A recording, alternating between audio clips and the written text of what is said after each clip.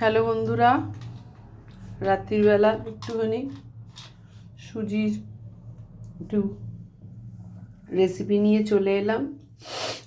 সেটা ঠান্ডা লেগেছে, ঝাল ঝাল করে সুজি খাবো, তাই তোমাদের সঙ্গে একটু শেয়ার করলাম। এখানে বিনস, ফুলকপি, গাজর আর কড়াইশুঁটি, বাদাম আছে আর কাঁচা লঙ্কা।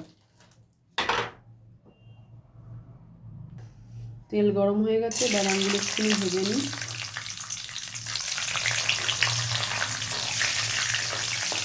এর মধ্যে বন্ধুরা একটু কারি পাতা দিলেও হতো, কিন্তু কারি পাতাটা যেহেতু এখন নেই, কী করা যাবে। বন্ধুরা ফোড়নে একটু সর্ষে ফোড়ন দিয়ে দিলাম বন্ধুরা।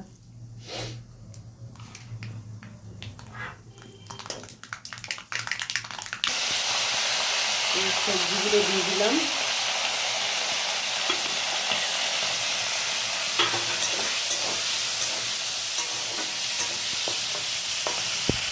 নুন দিয়ে দিলাম 1 চামচের মতন।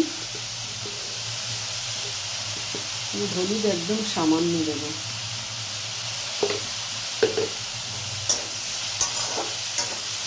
সেরকমভাবে তোমাদেরকে ভিডিও ছাড়তে পারছি না, শরীরটা সেরকম নেই বলে, তো ভাবলাম রাতে এটা করছি, তাই তোমাদের সঙ্গে শেয়ার করি।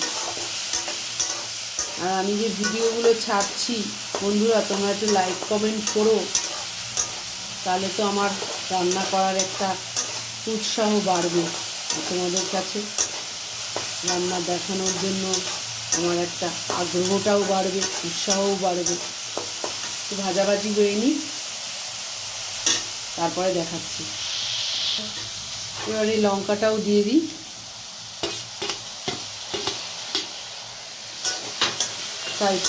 সাবস্ক্রাইব করে দিও। বেশি করব না, অল্প করেই করছি, ওই জন্য সবজিটাও অল্প।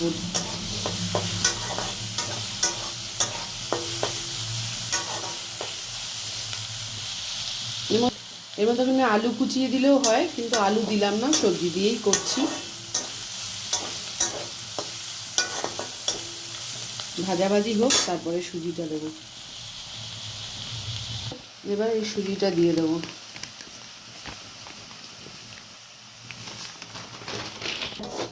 দু কাপের মতন সুজি দিলাম বন্ধুরা, চায়ের কাপে 2 কাপের মতন দিয়েছি, বেশি না। এবার একটু ভাজাভাজি করে নিই, তারপরে আস্তে আস্তে জল দেব। এবার জল দিয়ে দেবো অল্প অল্প করে।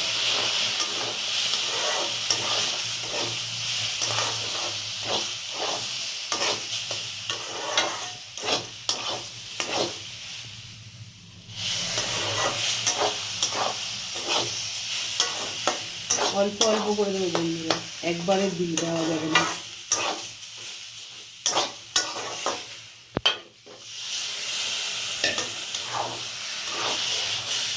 এক গ্লাসের একটু কম, পুরো 1 গ্লাসও জল দিইনি বন্ধুরা, বড় গ্লাসে একটু কম দিয়েছি।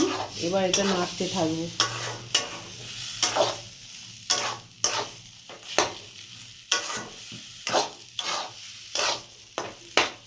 তারপরে কি দিচ্ছি না দিচ্ছি দেখাচ্ছি। দেখো বন্ধুরা কেমন ছেড়ে গেছে। এবার একটু এর মধ্যে মিষ্টি দেব, এই 1 চামচের মতন মিষ্টি দেব। তৈরি হয়ে গেল আমার ঝাল সুজি। শীতকালেতে এরকম রাত্রিবেলা ঝাল সুজি খেতে দারুণ লাগে, আর সর্দির মুখে সত্যিই ভালো লাগবে বন্ধুরা, করে খেয়ে দেখো। আমার সুজির রেসিপিটা কেমন লাগলো লাইক কমেন্ট করো, সাবস্ক্রাইব করো। টাটা।